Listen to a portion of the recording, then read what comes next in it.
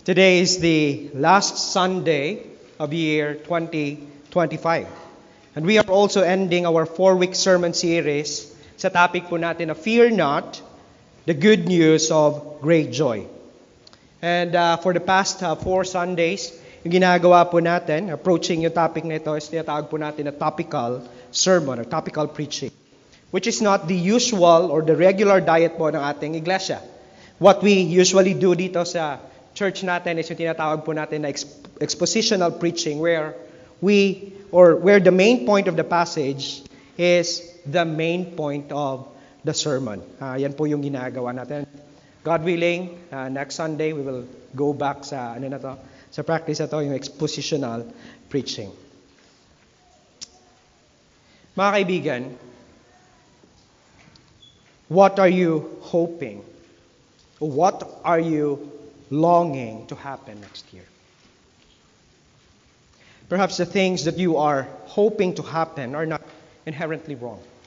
Tulad ng nais nating mangyari para sa inyong mga pamilya o para sa ating mga pamilya. Kung ikaw ay isang magulang, you might be thinking about which school you're going to send yung anak ninyo. If you are thinking about your career advancement, you might be thinking about steps that you need to take to advance sa field na yan. Or possibly steps to increase your salary. Perhaps your next country destination. Or you might be thinking about when, who, and where to marry. Ang list na ito na mga hopes na yung things that we are hoping to happen next year goes on. At ang new year, it seems that serve as a reset button po para sa atin, hindi po ba? A reset button for us to have a fresh start. For us to have a new beginning. Another year where we can plan for our next steps. Leave behind yung mga frustrations natin this year, mga unfulfilled resolutions natin from 2025. Kung titingnan po natin, even the world helps us to cultivate yung mindset nito. One article na nabasa ko 2 weeks ago talks about yung 8 days festivity ng Dubai. That they are planning to offer to celebrate yung holiday season na ito. At yung sinabi po ng author ng article na ito yung sinabi niya. Sabi niya, ensuring more of us enter New Year with a smile on our face. It seems promising, hindi po ba? With a smile on our face. But I want to challenge us as Christians. Where should we base our smiles, joy, anticipations, and hopes? Not only for this year, this coming year, but every year that follows. Our passage this morning will help us place our hope and anticipation not on our immediate plans or future, but on our eternal future. And by casting our hopes and anticipation on it, it will help us plan our immediate future not according to our own will and strength, but in full dependence, in full obedience, and worship to the one who promised us, behold, I am making all things new. Our main point po sa umagang ito is this. Christ's return is certain to judge the world and make all things new. So live in faithful obedience and worship of Him. I have divided po yung passage natin into 2 parts. First po is the certainty of judgment when Christ returns. And the second thing is the consummation of redemption when Christ returns. A quick background po for both passages na ating aaralin sa umagang ito. Yung aklat po ng Matthew was written by Matthew himself. One of the disciples of Jesus Christ who is also known as Levi. Yung goal po kung bakit sinulat ito ni Matthew is to present si Jesus Christ as the Davidic king, the fulfillment of the Old Testament prophecy that would come and inherit yung throne ng kanyang father na si David. Ginawa ito ni Matthew kung bubuksan ninyo yung Bible ninyo. In chapter 1, verse 1, Matthew begins by tracing yung lineage ni Jesus Christ, yung genealogy ni Jesus Christ. And he said, Jesus, the son of David, the son of Abraham. Yan po yung ginagawa ni Matthew dito. However, it is important to note that Jesus is not just merely an ordinary king. And his kingdom is not just a typical kingdom. A concept that both yung kanyang mga disciples, yung buong mga Hudyo, find difficult to understand. They thought na yung consummation ng kingdom ng reign ni Jesus Christ is at hand, was underway dahil sa presensya ni Jesus Christ. Yan po yung kanilang anticipation, that finally will be liberated from the rule of Rome. Kaya na sinabi ni Jesus Christ in Matthew 17, kung pupuntahan niyo po yung verses 22 to 23, nung sinabi ni Jesus Christ sa kanyang mga disciples, that the Son of Man, who is Jesus, will be delivered into the hands of men, and they will kill him. Yung naging reaction po ng mga mamang ito is they were greatly distressed. They were greatly distressed. In addition, prior po ng passage na aralin natin in chapter 24, yung chapter 23, and also yung opening po ng chapter 24, they heard Jesus saying that the temple in Jerusalem would be destroyed. Again, if you are a Jew, this added yung concerns para sa inyo. Dahil po yung temple represents yung center of worship, presence ng Panginoon para sa kanila. So yung destruction ng temple is a bad news para sa mga mamang ito. This is contrary sa expectations nila and hopes nila bilang isang nasyon. This sets yung background, yung backdrop po ng passage ang aralin natin. After many years passed, si matandang John naman, one of the disciples of Jesus, wrote a letter to the believers in Asia Minor who are tempted to leave their faith because of intense persecution brought by, again, yung Roman rule, Roman kingdom. And possibly sa panahon po ito ni Nero, na sinulat ni John ito. And John painted, yung ginawa ni John dito is painting yung picture ng heaven to encourage yung kanyang mga tempted, broken-hearted, downcasted na mga recipients. And he is encouraging them, his readers, to hope, to anticipate sa pagbabalik ni Kristo rather than to settle in their immediate comfort na pinoprovide ng bundong ito. So makikita natin na Matthew and Revelation have this background. So even the gospel teaches us to anticipate in Christ's return as our ultimate hope. Just a caveat lang po, yung chapter 24 ng Matthew and 25 are the most difficult passage to interpret. Napakahirap po nito when it comes sa sinasabi natin Christ's return. Tinatawag po natin ito na eschatological na studies, or yung tinatawag po natin doctrine of last things. So even yung mga faithful theologians have varied eschatological stance po pagdating sa chapters na ito. So bilang isang iglesia, I encourage everyone that we will approach yung passage na ito with dependence on our God and with open Bible.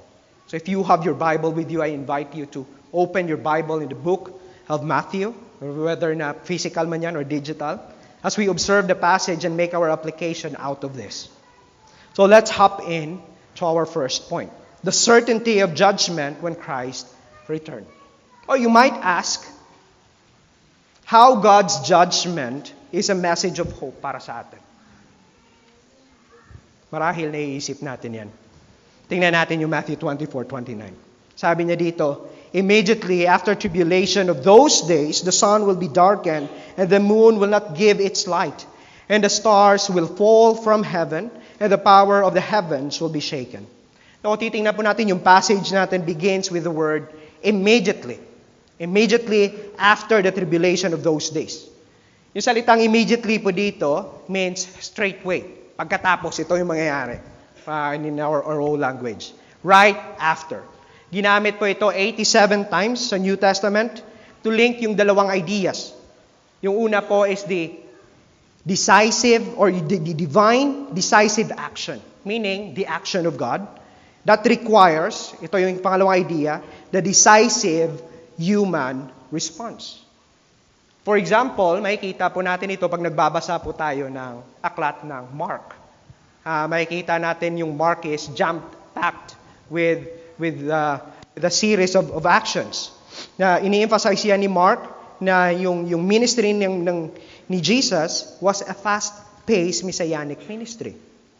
O kaya kung parang nagbabasa ka kung nagbabasa ka ng Mark, parang nagbabasa ng action movie or nanonood ng action movie.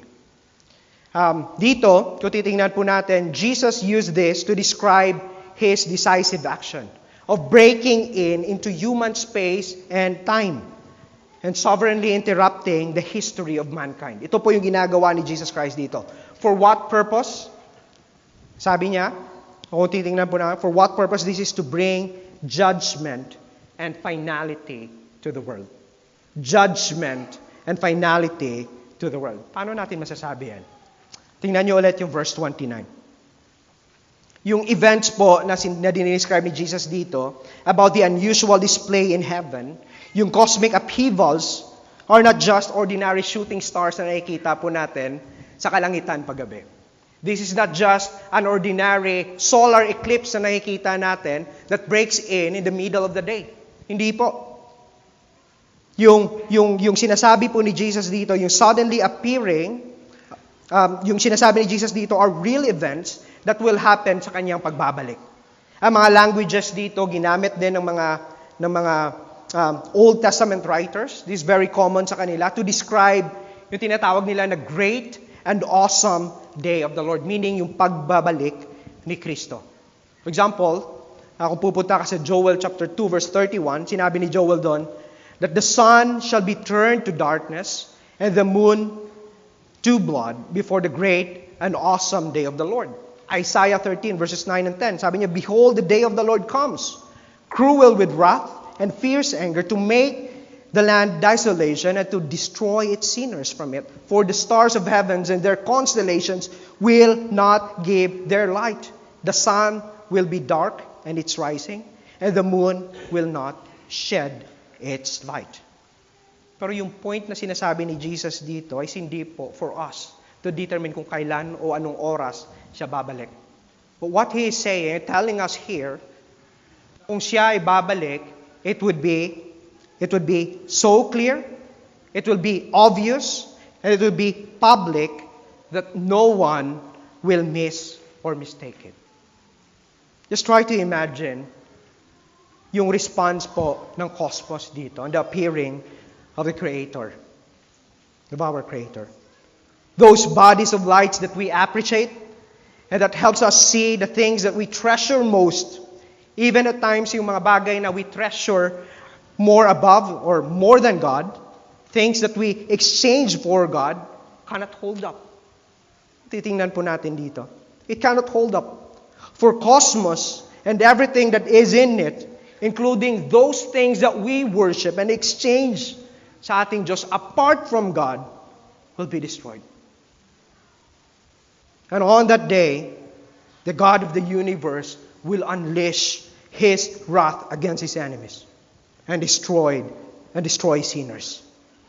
Kaibigan, this simply means that on that day, when you are not in Christ, that day would be a day of terror para sa iyo.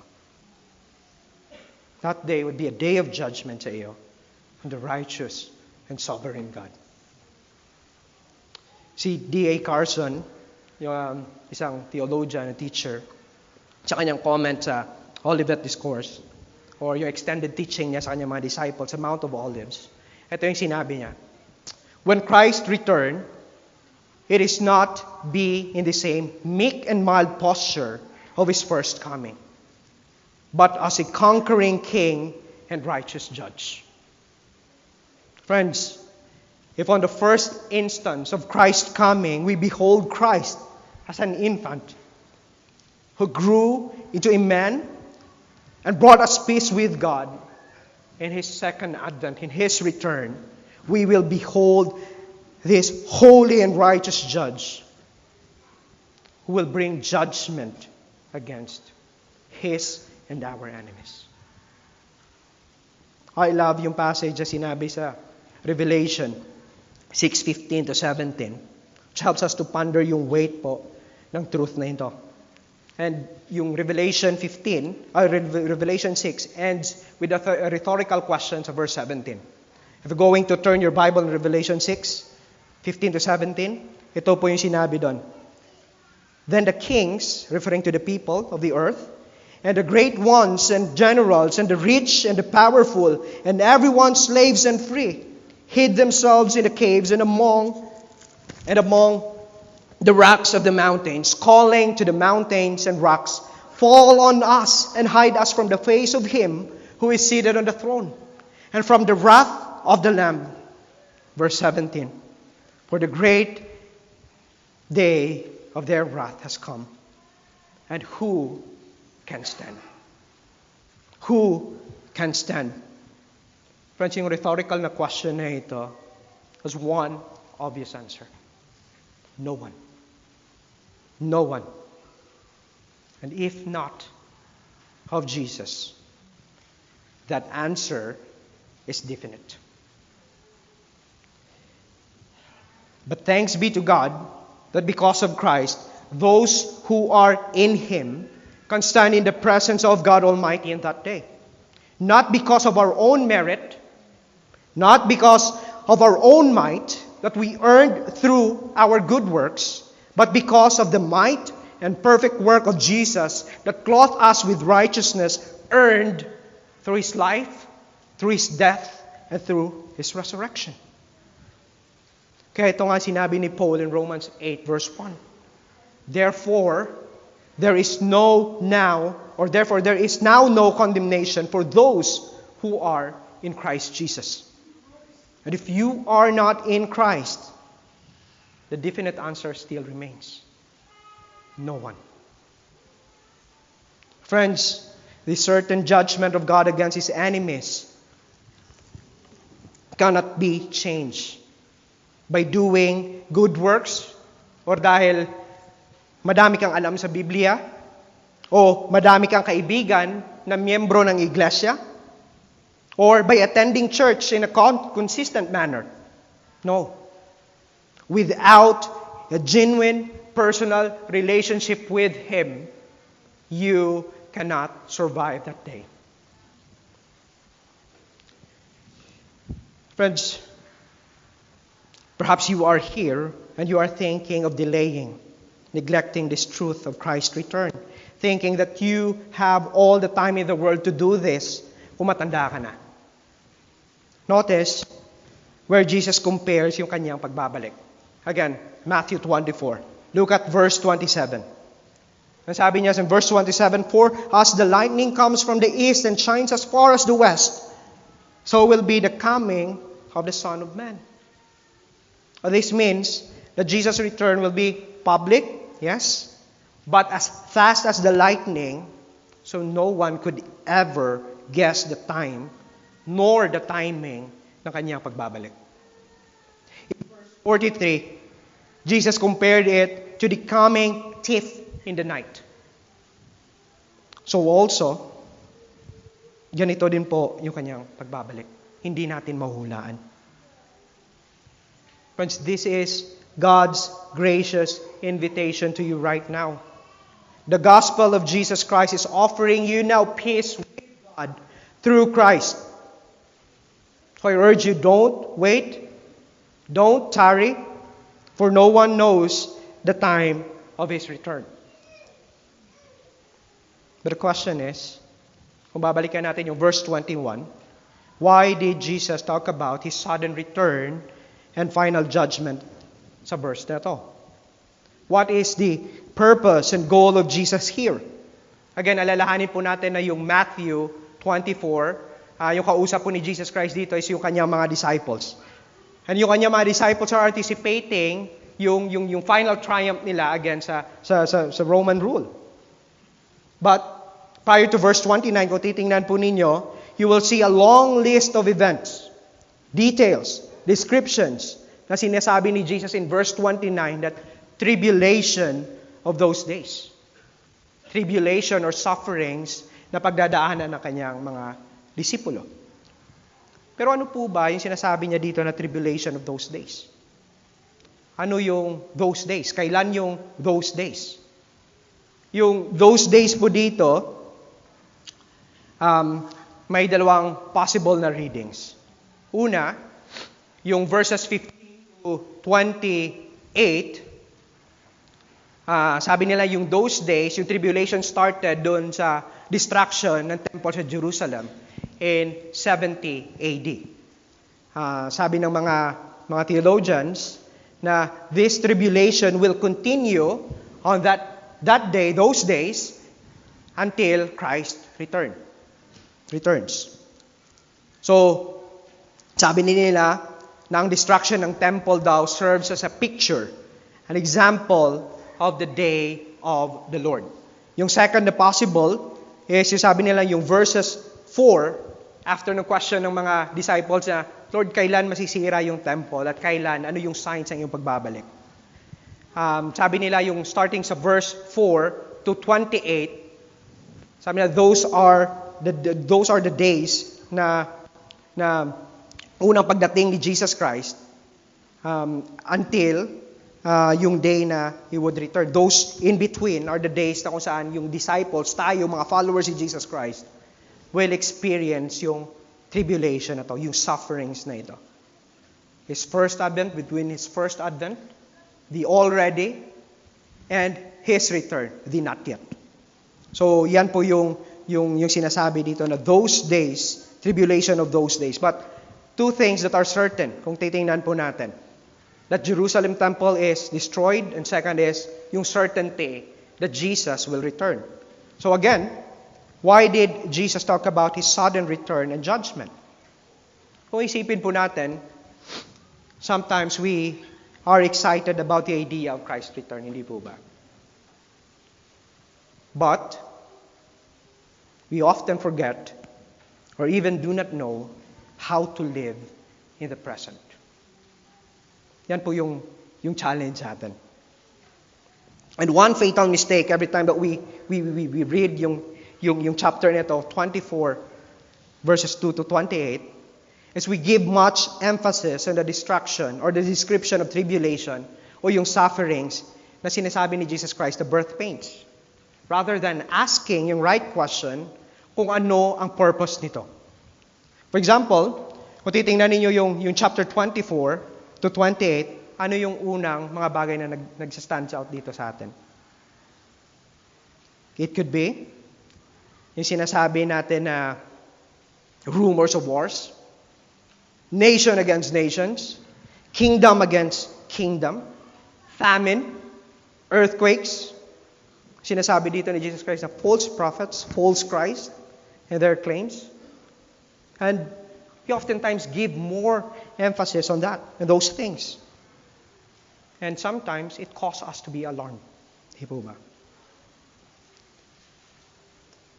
I'll try to give a quick glance again in verses 2 to 28. But this time, try to give attention sa mga verses na sasabihin ko. Look at yung chapter 24, verse 4. Yung sinabi niya, see that no one leads you astray. Verses 13, 12 and 13. And because lawlessness will be increased, the love of many will grow cold, but the one who endures to the end will be saved. Verse 25, see, I have told you beforehand. Now ask yourself, why did Jesus give these warnings? And naturally leads us to verse 29, reading, na sinasabi niya, suddenly He will return and He will judge. The first reason, I think, na makikita po natin dito is for us to know how to live in faith and in reliance on God between His first advent hanggang sa Kanyang pagbabalik, rather than in fear. These warnings na sprinkled sa chapter 24 are His gracious warnings for us, mga kaibigan, not to be caught up in a thicket of suffering that we will potentially face in this lifetime, but will help us fix our eyes sa Kanya. These warnings help us to be alert, not to place our hope and joy on the things of this world, that when we hear rumors of wars or war itself and affects yung economy natin, we will not get alarmed.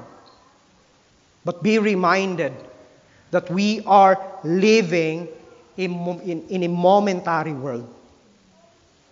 Friends, if we will keep these warnings in mind, it will help us not to grow cold in our love for Jesus, or saves us from doubting His faithfulness sa atin.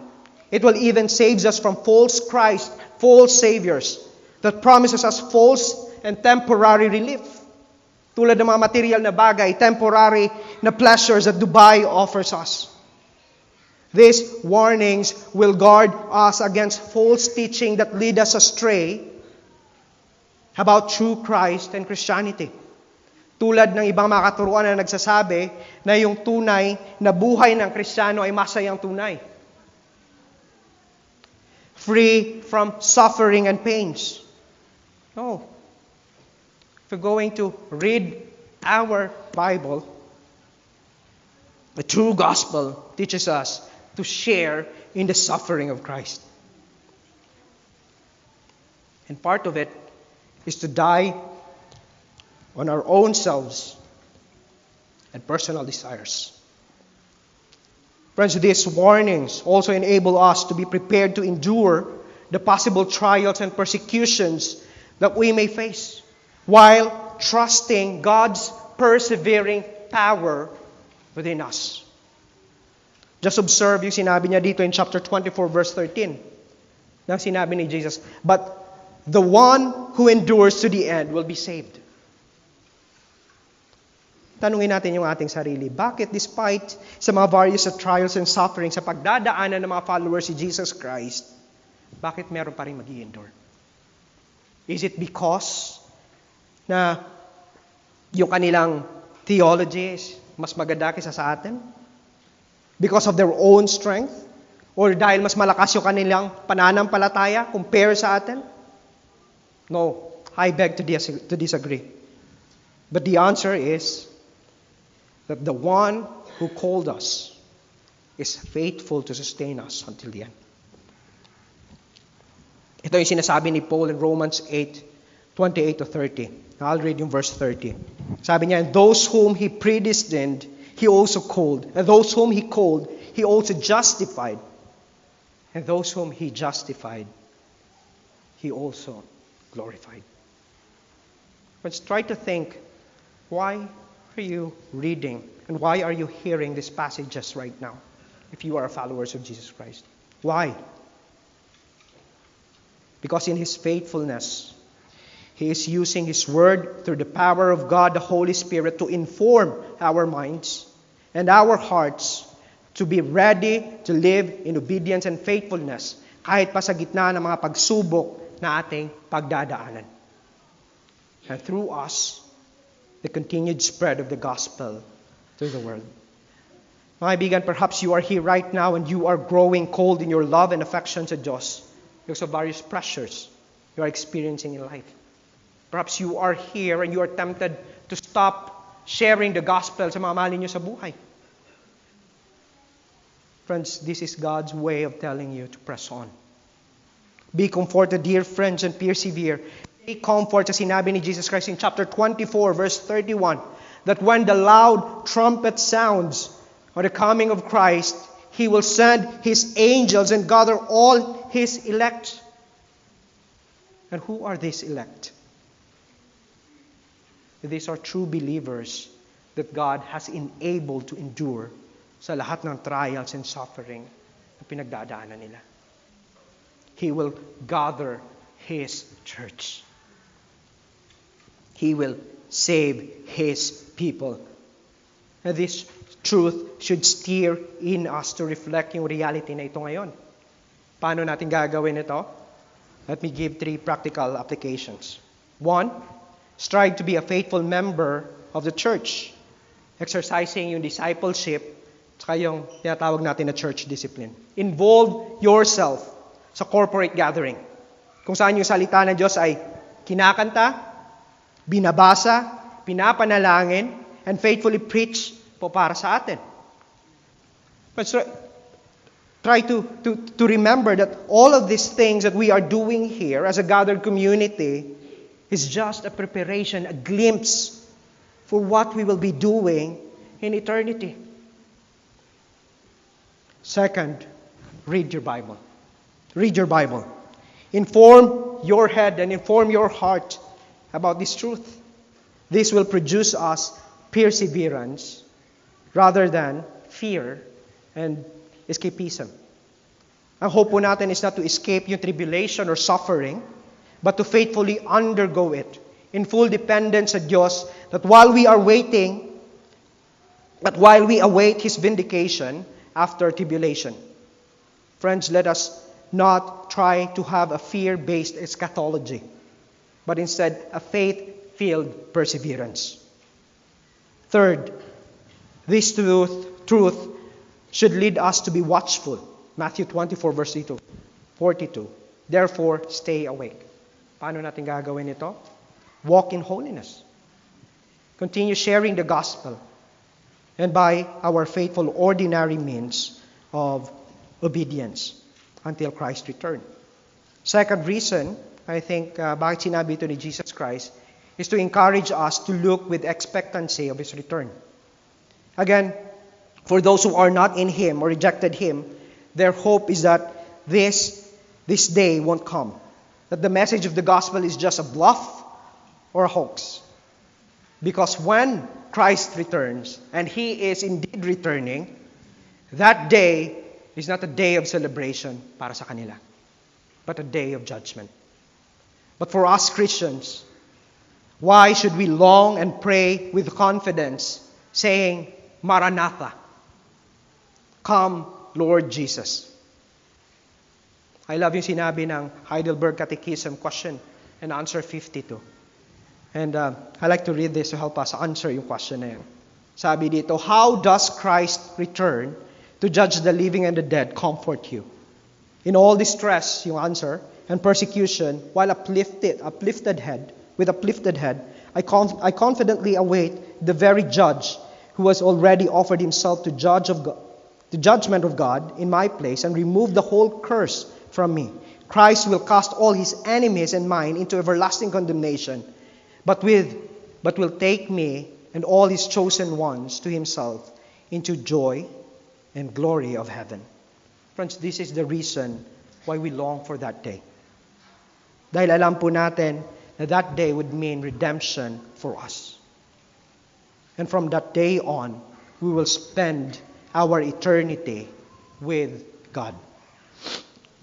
If you are here as a follower of Jesus Christ and you feel beaten, downhearted of various trials and persecutions, yung mga problems and frustrations na pagdaanan ninyo this year, and you're hoping that next year will be a good year, better start para sa inyo. Friends, brothers and sisters in Christ, take comfort in the gospel and its promises.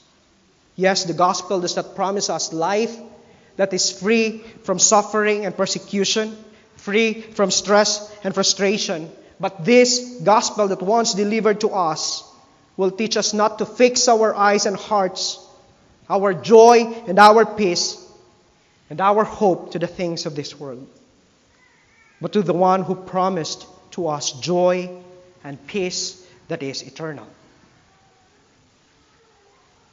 And that would enable us to long for His return. To steer more yung excitement po natin, let us open our Bible to Revelation 21. Revelation 21. And alalahanin po natin that John is helping his first recipient dito to fix their eyes and hearts to the coming of Jesus by painting to us yung picture ng heaven. Second point, the consummation of redemption when Christ returned. Naalala ko, 2 weeks ago, yung bunso kong anak na si Dandan, throw a random question sa akin. Yung tanong niya, Papa, do you see Jesus? With a smile, with a matching smile sa kanyang mukha. And I was tempted na sagutin ito na yes or no lang. But I paused for a while, And sinabi ko sa kanya, yes, I can see Jesus, not through my naked eyes, or naked eye, but through the eyes of faith. Seeing Him through the pages of the Scripture, through the songs that we sing here sa iglesia, and through sa mga transformed lives of those people that God draws to Himself in a saving way. At tiningnan niya lang ako at nagpatuloy siya sa kanyang ginagawa. At Crossroads, John is inviting us to look forward to that day. That when we will, the day that we will see Jesus, God in flesh, not only with the eyes of faith, but with our own very eyes. Look at Revelation 21 verses 1 to 2. Sabi niya dito, then I saw new heaven and new earth, for the first heaven and first earth had passed away, and the sea was no more. And I saw the holy city, New Jerusalem, coming down out of heaven from God, prepared as a bride adorned for her husband. In verses 1 and 2, makikita natin twice na inulit ni John yung salitang I saw. Saw. Yung salitang ito means to stare at or properly perceive, to understand, but it also means to experience. To experience. So John is bringing us to a future reality natin ng bawat mananampalataya who have endured and have the battle scars of faith because of waging war against sin, against trials, against persecution, against temptation from world's seduction. John is bringing us to that reality of experiencing Jesus, the triune God in heaven. He is like telling us here that heaven is not just an imagination. Heaven is not just a dream. Heaven is not like something sa mga fairy tales na nababasa natin o sa mga books na nababasa natin.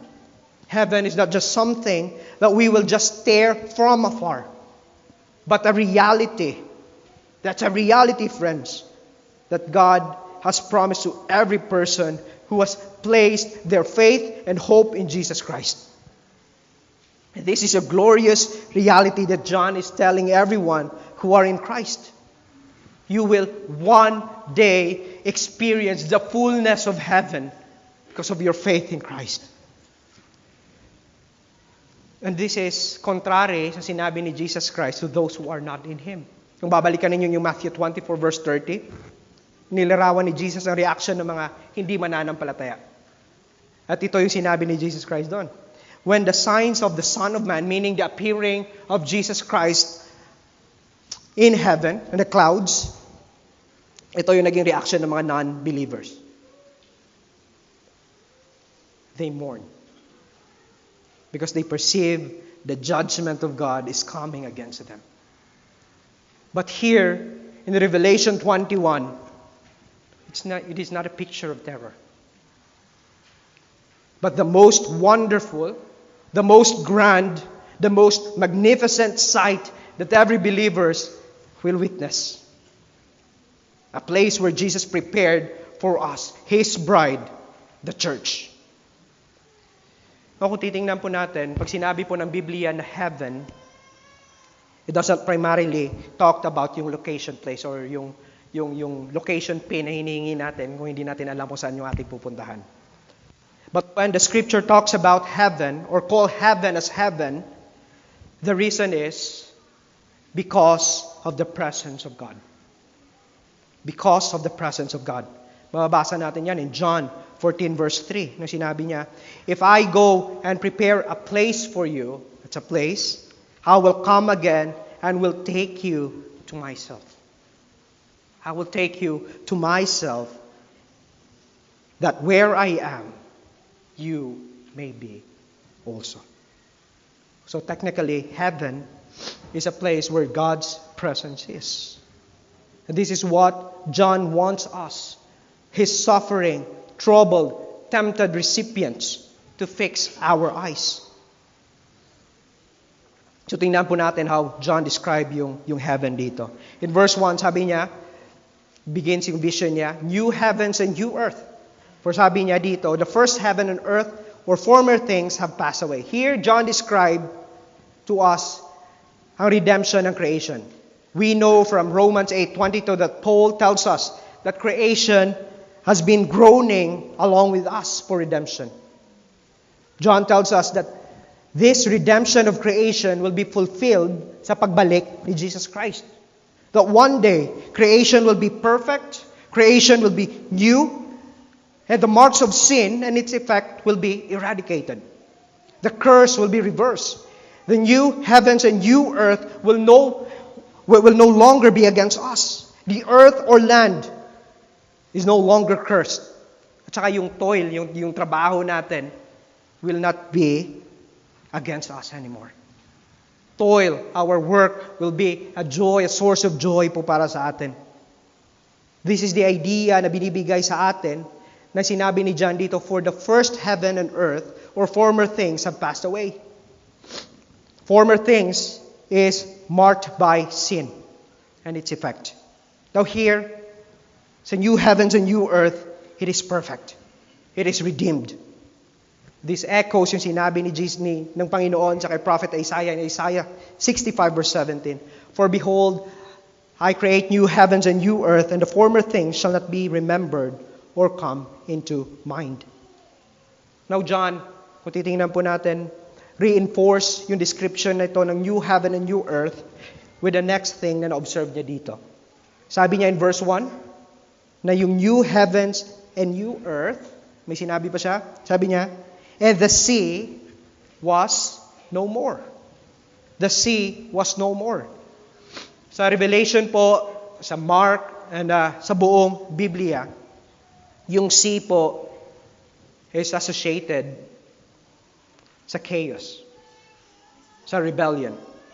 It is considered as the territory of evil. Ganyan po yung pagkakabasa ng mga Hebrews kung titingnan niyo po yung Matthew din. Yung Mark, I mean. So take for example, yung Revelation 13 verse 1.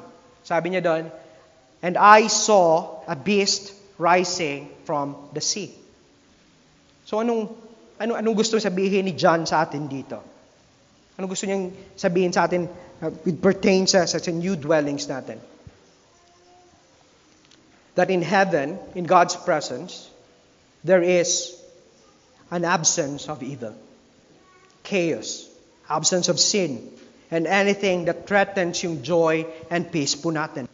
Because in God's presence, what we will experience is the fullness, the deep, and pure meaning of peace and joy. For in His presence, sabi nga ng psalmist, there is fullness of joy and pleasure forevermore. And this is a great comfort, not only for John's audience, but para din po sa atin. This is a great comfort to those who are tempted to exchange the joy of heaven with temporal joy and peace na nakikita natin sa mundong ito. Dito sa Dubai. Sa mga bagay na binibigay sa atin ng Dubai. Friends, what are the things, situation that you are in right now that threaten your peace and joy with God? And in effect, it causes you not to trust Him. Perhaps, yung expiring visa po ninyo, yung finances, yung health, even your love life, relationships that we have. Maibigan, the gospel through the writings of Apostle John here wants to remind us that what Jesus has secured for us is far greater than this world can offer. I love yung comment ni Herman Bavinck against a teaching that advocates na sinasabi nila na yung advancement daw ng science, yung art, tsaka yung morality, yung progress na material prosperity will one day realize yung fullness daw na sinasabi niya na human happiness. And sabi niya dito yan mangyayari. Sabi ng mga advocates ng teaching na yan, dito yan mangyayari sa mundong ito. And perhaps nakikita po natin ngayon yan sa mga technologies. Hindi po ba? Ito yung sagot ni Herman Bavinck sa kanila. Those who live without God and without hope and have to expect the present world from eminent cosmic forces are without hope in the world as well. Friends, this is just a simple reminder para po sa ating lahat that we are living in a fallen and broken world. And we cannot place our hope on the things of this world, but on the word of the one who created this world into existence and one day will recreate this into perfection. Let us be careful to those sa mga school of thought that says you only lived once. And you need to live your best life now. That's a bluff. As Christians, we enjoy our life here because of the fact of eternal life, the fact of the eternal life that Christ has promised and secured for us in eternity. And we live this life right now in light of that truth. In verse 2, basa natin dito how John described to us yung perfect marriage that will happen when Christ return. Ang salitang holy city, yung New Jerusalem po dito is an imagery na ginamit ni John to illustrate yung bagong community ng Diyos, which is yung church. Kung saan na tinawag din niya na bride adorned for her husband. That's the church. Kung titingnan niyo yung Ephesians 5. This is to emphasize na ang union na ito between Jesus, the groom, at saka yung church will happen in the new creation. This also means na yung sinasabi niya newly created heaven and earth sa verse 1 ay prepare ng Diyos, reserved para sa kanyang bride lamang. Kaya kung titingnan ninyo, kung lundag kayo in verse 27 of chapter 21, ito yung sinabi niya. But nothing unclean will ever enter it, nor anyone who does what is detestable or false, but only those who are written in the Lamb's book of life. Mga kaibigan, that city that dazzles with God's glory, decorated with different kinds of jewels, and streets that is made up by gold, where sun and moon is replaced by the light of the sun, who is Christ Jesus, is reserved, kept in heaven, and ready to be revealed in the last days for the church, who is the bride of Christ. But the question is, how can we get there? Notice again sa verse 2. Sabi niya, this city is coming down out of heaven from God. This city is coming down from heaven, coming down out of heaven from God.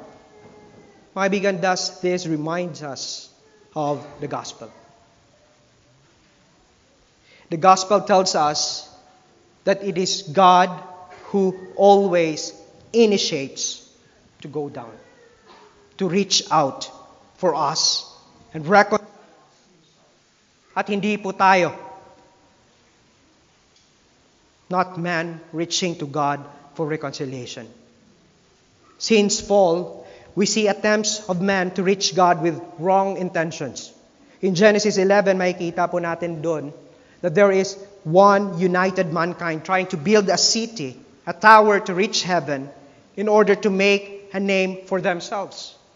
Yet God frustrates them. Since then, we try to please and make our way to God with our good works, with our religiosity, with our charitable works and moral acts. Yet God says those things are detestable.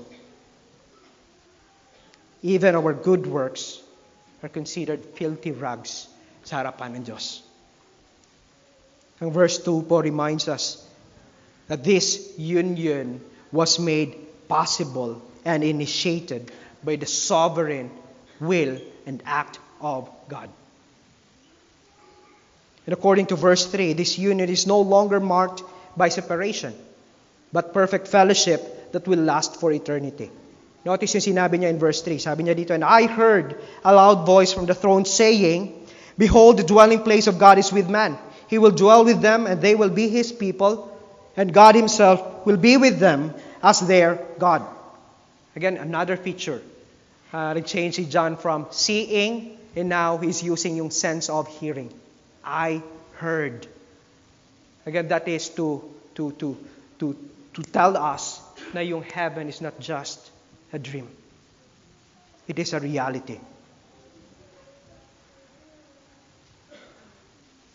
Kung titingnan po natin,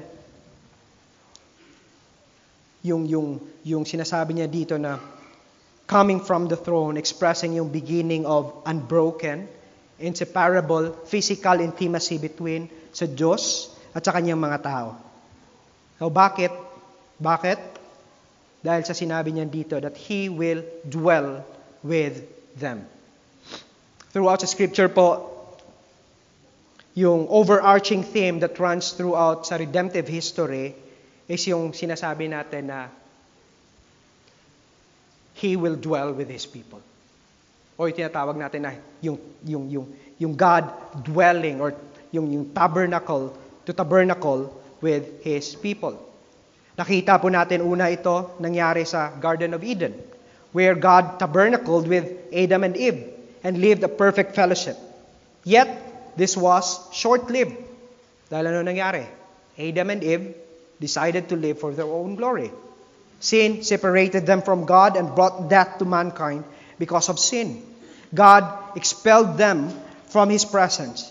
The perfect fellowship was now marred with sin. Yet because of His covenant, His steadfast love, and great desire to bring us back to Himself, He tabernacled with us through tents that are made of hands. But even so, man continued to rebel against Him. We tried to worship and prioritize our own self and desire over Him. Sa New Testament, we see the fullness of expression of God's desire to reconcile man to Himself. Paano? That's through the person and work of our Lord Jesus Christ. Jesus is called Emmanuel, left heaven's glory and lived among us, conceived by the Holy Spirit and born of a virgin, a truly God and truly man, who lived a perfect and obedient life on our behalf, even obedience to the cross. This Jesus, who is both the tabernacle where the sacrifices were made, is the same sacrifice that was offered on our behalf, and to die the death that we deserve. A people like our forefathers who are rebellious, full of pride, like to make a name for our own self than of God. Yet Jesus willingly took our sins on His body and offered it as a sacrifice for sins once and for all. He died and was buried, yet on the third day He was raised from the dead.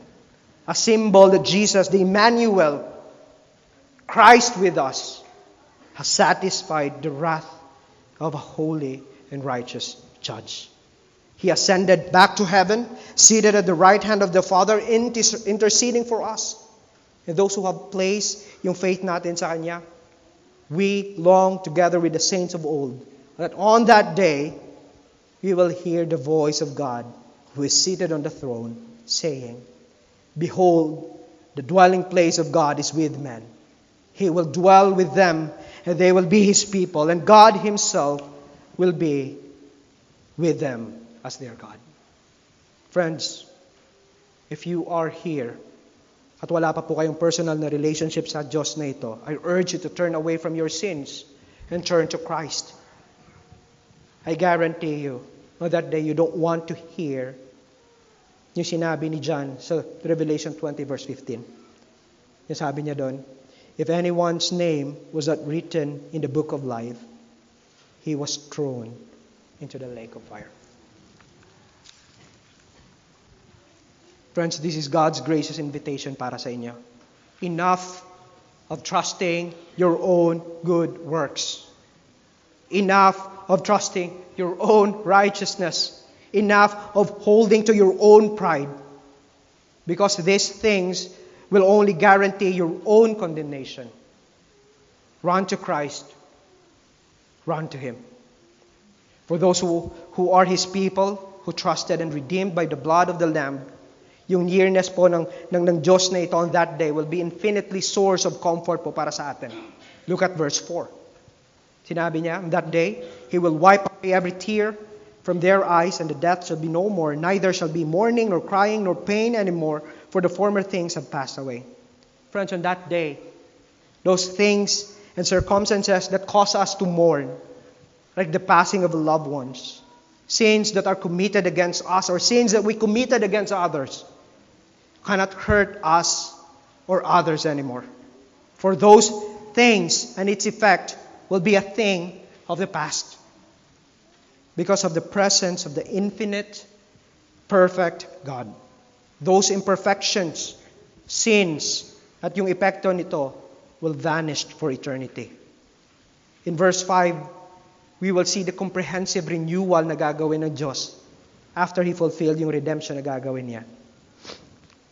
Sabi niya doon, and He who was seated on the throne said, this is the comment of John, behold, I am making all things new. Also He said, write this down, for these words are trustworthy and true. Crossroads.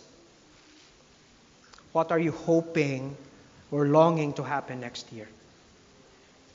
Again, hoping and longing for good things, especially for our family, career, and love life, are not inherently wrong. But if we start to make them as our priority, when we make them as our Savior, when we start to place our ultimate hope and longing dito sa mga bagay na yan, ang tawag po ng Biblia dyan ay kasalanan. And everything that is in this world are momentary and fleeting. They will not last. But what is lasting is eternal. And what is eternal is God, who one day will return to judge the world through His Son, our Lord Jesus Christ, and will make all things new. This is certain, mga kaibigan. So live in faithful obedience sa Kanya and worship. And those who are not yet in Him, ang lahat po ng bagay na nilalagyan po natin ng ating pag-asa, apart from Christ, will not last. That hope is futile. That hope cannot save us from the coming judgment of God when He returns. But those who are in Him, your hope is certain. This is certain because of the one who is making this promise. Behold, I am making all things new. So I hope as we make our plans this year, let us imprint this reality sa mga utak po natin so that it would inform our decisions, inform our actions towards eternity rather than sa mga bagay sa mundong ito. Friends, Christ's return is certain to judge the world and make all things new. So live in faithful obedience and worship of Him. Manalangin po tayo. Oh Father, as we continue to live in faithful obedience to You and to Your word, help us to remember everything that You have commanded us so that we will not live in this present time in fear, but with hope, with great anticipation sa pagbabalik ni Kristo. Enable us as well to continue to do the work of Your kingdom entrusted to us in preaching, teaching, and living out the gospel that we have received. And may those who are not yet in You would turn in faith and obedience. In Christ's name we pray. Amen.